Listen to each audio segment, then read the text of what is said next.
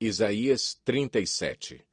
Quando o rei Ezequias soube disso, rasgou suas vestes, vestiu pano de saco e entrou no templo do Senhor. Depois enviou o administrador do palácio Eliaquim, o secretário Sebna e os chefes dos sacerdotes, todos vestidos de pano de saco, ao profeta Isaías, filho de Amós, com esta mensagem: Assim diz Ezequias: Hoje é dia de angústia, de repreensão e de vergonha, como quando uma criança está a ponto de nascer e não há forças para dá-la à luz. Talvez o Senhor, o seu Deus, ouça as palavras do comandante de campo, a quem o seu senhor, o rei da Assíria, enviou para zombar do Deus vivo, e que o Senhor, o seu Deus, o repreenda pelas palavras que ouviu. Portanto, ore pelo remanescente que ainda sobrevive. Quando os oficiais do rei Ezequias vieram a Isaías, este lhes respondeu: Digam a seu senhor: Assim diz o Senhor: Não tenha medo das palavras que você ouviu, das blasfêmias que os servos do rei da Assíria falaram contra mim. Porei nele um espírito para que, quando ouvir uma certa notícia, volte à sua própria terra, e ali farei com que seja morto à espada. Quando o comandante de campo soube que o rei da Assíria havia partido de Laques, retirou-se e encontrou o rei lutando contra Libna. Ora, Senaqueribe foi informado de que Tiraca, o rei da Etiópia, saíra para lutar contra ele. Quando soube disso, enviou mensageiros a Ezequias com esta mensagem: Digam a Ezequias, rei de Judá: Não deixe que o Deus no qual você confia o engane quando diz: Jerusalém não será entregue nas mãos do rei da Assíria. Com certeza você ouviu o que os reis da Assíria têm feito a todas as nações e como as destruíram por completo. E você acha que se livrará? Acaso os deuses das nações que foram destruídas pelos meus antepassados os livraram? Os deuses de Gozã, de Arã, de Rezefe e dos descendentes de Éden que estavam em Telassar? Onde estão o rei de Amate, o rei de Arpade, o rei da cidade de Sefarvaim, de Ena e de Iva? Ezequias recebeu a carta das mãos dos mensageiros e a leu. Então subiu ao templo do Senhor, abriu-a diante do Senhor e orou: Senhor dos exércitos, Deus de Israel, cujo trono está entre os querubins, só tu és Deus sobre todos os reinos da terra. Tu fizeste os céus e a terra. Dá ouvidos, Senhor, e ouve. Abre os teus olhos, Senhor, e vê. Escuta todas as palavras que Senaqueribe enviou para insultar o Deus vivo. É verdade, Senhor, que os reis assírios fizeram de todas essas nações e de seus territórios um deserto. Atiraram os deuses delas no fogo e os destruíram, pois, em vez de deuses, não passam de madeira e pedra moldados por mãos humanas. Agora, Senhor, nosso Deus, salva-nos das mãos dele, para que todos os reinos da terra saibam que só tu, Senhor, és Deus. Então Isaías, filho de Amós, enviou esta mensagem a Ezequias: Assim diz o Senhor, Deus de Israel: Ouvi a sua oração acerca de Senaqueribe, rei da Assíria. Esta é a palavra que o Senhor falou contra ele. A virgem cidade de Sião despreza e zomba de você. A cidade de Jerusalém meneia a cabeça enquanto você foge. De quem você zombou e contra quem blasfemou? Contra quem você ergueu a voz e contra quem levantou seu olhar arrogante? Contra o Santo de Israel. Sim, você insultou o Senhor por meio dos seus mensageiros, dizendo: Com carros sem conta subi aos mais elevados e inacessíveis cumes do Líbano. Derrubei os seus cedros mais altos, os seus melhores pinheiros. Entrei em suas regiões mais remotas, na melhor parte de suas florestas. Em terras estrangeiras cavei poços e bebi água. Com as solas dos meus pés sequei todos os riachos do Egito. Você não soube que há muito eu já o havia ordenado, que desde os dias da antiguidade eu o havia planejado? Agora eu o executo e faço você transformar cidades fortificadas em montões de pedra. Os seus habitantes, já sem forças, desanimam-se envergonhados. São como pastagens, como brotos tenros e verdes, como capim no terraço queimado antes de crescer. Eu, porém, sei onde você está, quando sai e quando retorna, e quando você se enfurece contra mim. Sim, contra mim você se enfurece.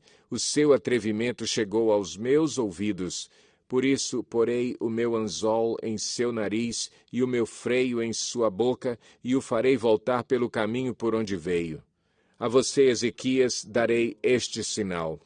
Neste ano vocês comerão do que crescer por si, e no próximo o que daquilo brotar. Mas no terceiro ano semeiem e colham, plantem vinhas e comam o seu fruto. Mais uma vez, um remanescente da tribo de Judá lançará raízes na terra e se encherão de frutos os seus ramos. De Jerusalém sairão sobreviventes e um remanescente do monte Sião. O zelo do Senhor dos Exércitos realizará isso. Por isso, assim diz o Senhor acerca do rei da Assíria: ele não entrará nesta cidade e não atirará aqui uma flecha sequer. Não virá diante dela com escudo, nem construirá rampas de cerco contra ela. Pelo caminho por onde veio, voltará. Não entrará nesta cidade, declara o Senhor. Eu defenderei esta cidade e a salvarei por amor de mim e por amor de Davi, meu servo. Então o anjo do Senhor saiu e matou 185.000 homens no acampamento assírio. Quando o povo se levantou na manhã seguinte, só havia cadáveres. Assim, Senaqueribe, rei da Assíria, fugiu do acampamento, voltou para Nínive e lá ficou. Certo dia, quando estava adorando no templo de seu deus Nisroque, seus filhos Adrameleque e Sarezer o feriram à espada e fugiram para a terra de Ararate. E seu filho Esar-Adom foi o seu sucessor. Isaías 38. Naqueles dias, Ezequias ficou doente à beira da morte. O profeta Isaías, filho de Amós, foi visitá-lo e lhe disse: assim diz o Senhor, ponha a casa em ordem, porque você vai morrer. Você não se recuperará. Ezequias virou o rosto para a parede e orou ao Senhor. Lembra-te, Senhor, de como tenho te servido com fidelidade e com devoção sincera, e tenho feito o que tu aprovas. E Ezequias chorou amargamente. Então a palavra do Senhor veio a Isaías. Vá dizer a Ezequias: assim diz o Senhor, o Deus de seu antepassado Davi. Ouvi sua oração e vi suas lágrimas. Acrescentarei 15 anos à sua vida, e eu livrarei você e esta cidade das mãos do rei da Assíria. Eu defenderei esta cidade. Este é o sinal de que o Senhor fará o que prometeu. Farei a sombra do sol retroceder os 10 degraus que ela já cobriu na escadaria de Acais, e a luz do sol retrocedeu os 10 degraus que tinha avançado. Depois de recuperar-se dessa doença, Ezequias, rei de Judá, escreveu o seguinte: eu disse, no vigor da minha vida tenho que passar pelas portas da sepultura e ser roubado do restante dos meus anos? Eu disse, não tornarei a ver o Senhor na terra dos viventes. Não olharei mais para a humanidade, nem estarei mais com os que agora habitam neste mundo.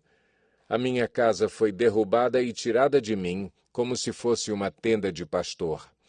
A minha vida foi enovelada, como faz o tecelão, e ele me cortou como um pedaço de tecido.